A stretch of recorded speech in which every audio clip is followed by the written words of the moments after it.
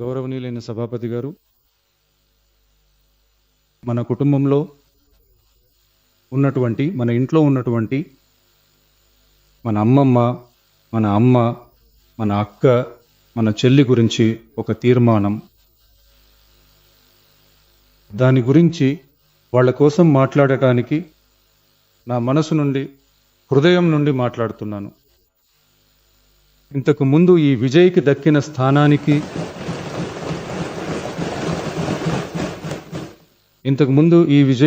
స్థానానికి ఈరోజు ఈ విజయ్కి దక్కిన స్థానానికి అతిపెద్ద కారణం ఎవరంటే నా అమ్మమ్మ, అమ్మ, అక్క, చెల్లెళ్ళే. అది అతిపెద్ద కారణం అనే విషయాన్ని నేను అస్సలు కాదనలేను. ఆ కృతజ్ఞతతో, ఆ భావంతోనే ఇప్పుడు ఇక్కడ నిలబడి మాట్లాడుతున్నాను. చాలా డబ్బు ఉంటే ఒక ఇంటికి, పెద్ద ఆర్థిక వ్యవస్థ ఉంటే ఒక దేశానికి పెద్ద పేరు వచ్చేస్తుందని కొందరు అనుకోవచ్చు. కానీ నిజంగా ఒక ఇంటికి కానీ, దేశానికి కానీ ఎప్పుడు గొప్ప పేరు వస్తుందో తెలుసా? ఆ ఇంటి ఆడవాళ్ళు వ్యక్తిగతంగా సమాజంలో ఎదిగినప్పుడే మొత్తం సమాజానికే గొప్ప పేరు వస్తుంది. మన తమిళనాడు గడ్డపై సంఘం కాలం నాటి నుండి నేటి వరకు అతిపెద్ద గుర్తింపుగా ఉన్న మహిళామూర్తులు ఎంతోమంది ఉన్నారు. అవయ్యార్, కాక్కై, పాడినియార్ వంటి సంఘం కాలం నాటివారు, కన్నగి, మణిమేఖలై, కుండలకేసి, వీళ్ళంతా సాహిత్యంలో నిలిచిపోయినవారు. ఆండాళ్, కారైకాల్ అమ్మయార్ ఆధ్యాత్మికతలోనూ సాహిత్యంలోనూ ఉన్నత స్థానంలో ఉన్నవారు. రాణి వేలు నాచియార్, కుయిలి, అంబుజం అమ్మాళ్, రుక్మిణి లక్ష్మీపతి అమ్మాళ్, డాక్టర్ ముత్తులక్ష్మిరెడ్డి, అంజలయ్య అమ్మాళ్, ప్రజాసేవకురాలు అంజలయ్య అమ్మాళ్ మన దేశ స్వాతంత్ర్య పోరాటంలో పాల్గొన్నారు. మన తమిళనాడు మహిళామూర్తులు ఎంతోమంది ఉన్నారు. స్వాతంత్ర్య పోరాటం నుండి సామాజిక న్యాయ పోరాటం వరకు పాల్గొన్న వాళ్ళు మన తమిళనాడు మహిళలు. అంతేనా? చదువు, సైన్స్, పాలిటిక్స్, న్యాయం, అడ్మిన్, టెక్నాలజీ, ఇలా ప్రతి డిపార్ట్మెంట్లోనూ మన తమిళనాడు మహిళల కాంట్రిబ్యూషన్ చాలా ఉందని ఎవరూ కాదనలేరు. అలాంటి మన ఇంటి ఆడబిడ్డలు పాలిటిక్స్లో కూడా ఎదిగేలా చేయాలి. వాళ్లకు సరైన రిజర్వేషన్ కల్పించాలి. మహిళలకు రిజర్వేషన్ ఇవ్వడం అనేది ఏదో సదుపాయం అని అనుకోకూడదు. ఇది సామాజిక న్యాయం, రాజ్యాంగానికి సంబంధించింది. గౌరవనీయులైన సభాపతి గారు, మన దేశ జనాభాలో దాదాపు సగం మంది మహిళలే ఉంటారు. అందుకే అన్ని స్థాయిల్లోనూ మహిళలకు సమాన హోదా దక్కాలి. రాజ్యాంగం కూడా వాళ్లకు సమాన హక్కులను కల్పిస్తోంది కదా. మన తమిళనాడు విషయానికి వస్తే పురుషుల కంటే మహిళలే ఎక్కువ, ఓటింగ్ శాతంలో కూడా వాళ్లే ముందున్నారు. కానీ వాళ్ళ రాజకీయ స్థానం చూస్తే 2021 అసెంబ్లీలో 12 మంది మహిళలు ఉండేవారు. ఇప్పుడు ఈ 2026 అసెంబ్లీలో 23 మంది మహిళలు ఉన్నారు. ఇది రెట్టింపైన శాతం లెక్కన చూస్తే పెద్దగా పెరగలేదు. గౌరవనీయులైన సభాపతి గారు, కేంద్ర ప్రభుత్వం 2023లో లోక్సభ, అన్ని రాష్ట్రాల అసెంబ్లీలు మరియు ఢిల్లీ కేంద్రపాలిత ప్రాంత అసెంబ్లీలో మహిళలకు 1/3 సీట్ల కేటాయింపును తప్పనిసరి చేస్తూ 106వ రాజ్యాంగ సవరణ చట్టాన్ని 2023 సెప్టెంబర్ 28వ తేదీన ఆమోదించింది. ఇది 2026 ఏప్రిల్ 16వ తేదీ నుండి అమలులోకి వచ్చింది. అయితే ఈ నియోజకవర్గాల కేటాయింపు అనేది జనాభా గణన, ఆ తర్వాత జరిగే నియోజకవర్గాల పునర్విభజన పనుల తర్వాతే పూర్తిగా అమలులోకి వస్తుందని తెలియజేశారు. అంతేకాకుండా కేంద్ర ప్రభుత్వం 2026లో 131వ రాజ్యాంగ సవరణ బిల్లును మరియు 2026లో నియోజకవర్గాల పునర్విభజన బిల్లును ప్రవేశపెట్టి 2026 ఏప్రిల్ 17వ తేదీన 3/2 సభ్యుల మద్దతు లేక ఆ బిల్లు ఆమోదం పొందలేదు. ఆ విధంగా జనాభా గణన మరియు నియోజకవర్గాల పునర్విభజనతో మహిళా రిజర్వేషన్లను ముడిపెట్టడం వల్ల దీన్ని అమలు చేయడానికి ఇంకా చాలా ఏళ్లు ఆలస్యం కావచ్చు. గౌరవనీయులైన సభాపతి గారు పార్లమెంటు మరియు రాష్ట్ర శాసనసభల్లో మహిళలకు 1/3 నియోజకవర్గాలను కేటాయిస్తూ చట్టం చేసినప్పటికీ దాన్ని అమలు చేయడంలో జరుగుతున్న ఆలస్యం వల్ల ఆ చట్టం యొక్క అసలు ఉద్దేశ్యం నెరవేరకుండా కాలయాపన జరిగే పరిస్థితి ఏర్పడింది. ఇది మహిళల రాజకీయ హక్కులను కాలరాయడమే. కాబట్టి మహిళా రిజర్వేషన్లను జనాభా గణన మరియు నియోజకవర్గాల పునర్విభజనతో ముడిపెట్టి దాన్ని వాయిదా వేయరాదు.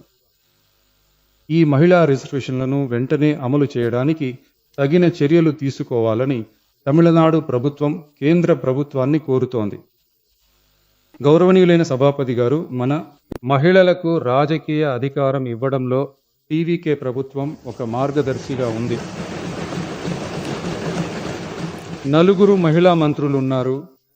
మహిళల రక్షణ కోసం సింగపెన్ స్పెషల్ ఫోర్స్ ఉంది. మహిళల భద్రతకు, వాళ్ళ ఇంపార్టెన్స్కు టీవీకే ప్రభుత్వం చాలా ప్రాధాన్యత ఇస్తోంది. ఇక ముందు కూడా అలాగే ఉంటుంది. స్థానిక సంస్థల్లో మహిళలకు 50% రిజర్వేషన్ ఇవ్వడం వల్ల ఈరోజు వేల సంఖ్యలో మహిళలు ప్రజాప్రతినిధులుగా మారారు. వాళ్ళ లీడర్షిప్ కూడా ప్రూవ్ అయింది. అదేవిధంగా మహిళల విజయాన్ని అసెంబ్లీలోనూ పార్లమెంట్లోనూ ఎక్స్టెండ్ చేయాల్సిన సమయం వచ్చేసింది. గౌరవనీయులైన స్పీకర్ గారు, ఈరోజు ఈ సభ ద్వారా మహిళల కోసం 33% రిజర్వేషన్ను ఇక ఏమాత్రం ఆలస్యం చేయకుండా అమలు చేయాలని కేంద్ర ప్రభుత్వాన్ని డిమాండ్ చేస్తున్నాం. ఇది మహిళలకు, ఇది సలవత్తు కాదు, వాళ్ళ ప్రజాస్వామ్య హక్కు. ఇది ఒక్కరి విజయం కాదు, ఇది ఇండియన్ డెమోక్రసీ విజయం. ఒక మహిళ ఎదిగితే ఒక కుటుంబం ఎదుగుతుంది. వేల మంది మహిళలు ఎదిగితే ఒక దేశమే ఎదుగుతుంది.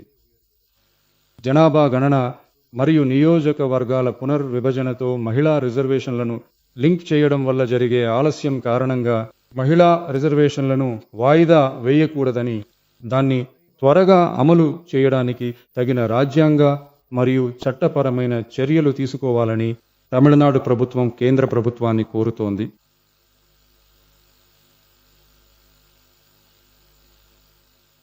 గౌరవనీయులైన సభాపతి గారు, డీలిమిటేషన్ గురించి తమిళనాడు లోక్సభ మరియు రాజ్యసభ సభ్యులతో మన అధ్యక్షతన ఒక సంప్రదింపుల సమావేశం 2026 ఆగస్టు 8వ తేదీన కలైవానర్ అరంగంలో జరిగింది. ఆ సమావేశానికి తమిళనాడుకు చెందిన లోక్సభ మరియు రాజ్యసభ సభ్యులందరినీ ఆహ్వానించడం జరిగింది. భారత జాతీయ కాంగ్రెస్ పార్టీకి చెందిన 11 మంది సభ్యులు, విడుదలై చిరుతైగల్ కட்சிకి చెందిన 2 సభ్యులు, సిపిఐకి చెందిన 2 సభ్యులు, సిపిఎంకు చెందిన 2 సభ్యులు, ఇండియన్ యూనియన్ ముస్లిం లీగ్ పార్టీ సభ్యుడు మరియు మరుమలర్చి ద్రావిడ మున్నేట్ర కజగం సభ్యుడు, ఇలా 6 పార్టీల సభ్యులు పాల్గొన్నారు. ఈ మీటింగ్లో డీలిమిటేషన్ గురించి చాలా వివరంగా చర్చించారు. ఆ చర్చలో డీలిమిటేషన్ వల్ల తమిళనాడు, దక్షిణ రాష్ట్రాలకు కలిగే నష్టాలు, వాటిని సరిచేసే మార్గాల గురించి చర్చించారు. ప్రసంగాల చర్చ తర్వాత చివరగా డీలిమిటేషన్ పైన అసెంబ్లీలో తీర్మానం చేయాలని నిర్ణయించారు.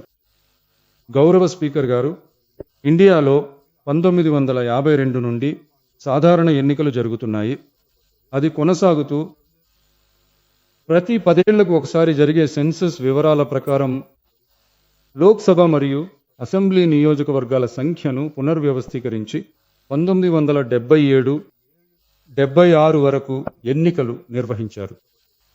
ఈ పరిస్థితుల్లో 1976లో జరిగిన 42వ రాజ్యాంగ సవరణ ప్రకారం జనాభాను సమర్థవంతంగా నియంత్రించే రాష్ట్రాలకు డీలిమిటేషన్ వల్ల లోక్సభ సభ్యుల సంఖ్యకు ఎలాంటి నష్టం కలగకూడదని, రాబోయే 25 ఏళ్ల వరకు 1971 సెన్సస్ ప్రకారమే పార్లమెంట్ సభ్యుల సంఖ్య ఉంటుందని చట్టం చేయబడింది.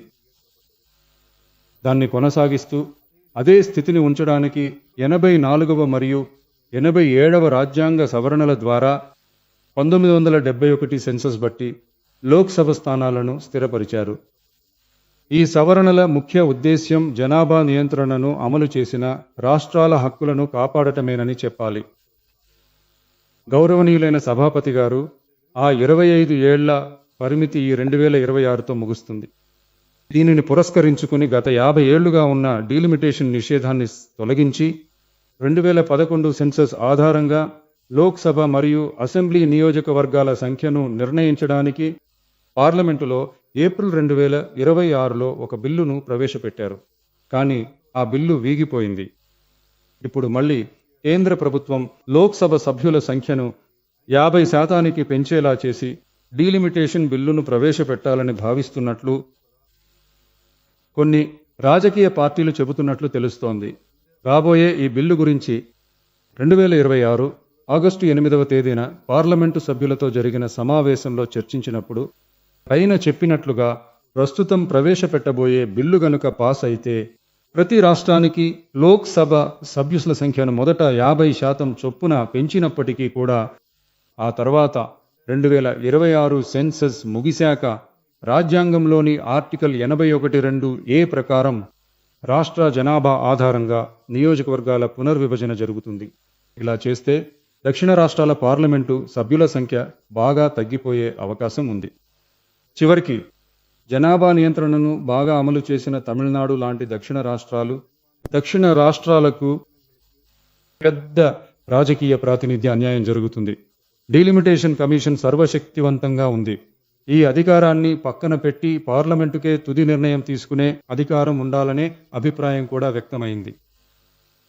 గౌరవనీయులైన సభాపతి గారు తమిళనాడుతో సహా దక్షిణ రాష్ట్రాలు జనాభా నియంత్రణ పథకాలను అద్భుతంగా అమలు చేసి ఆర్థికాభివృద్ధి చెందుతున్న తరుణంలో గత 50 ఏళ్లుగా అమలులో ఉన్న లోక్సభ మరియు శాసనసభ నియోజకవర్గాల సంఖ్యను అలాగే కొనసాగించాల్సిన అవసరం ఉంది.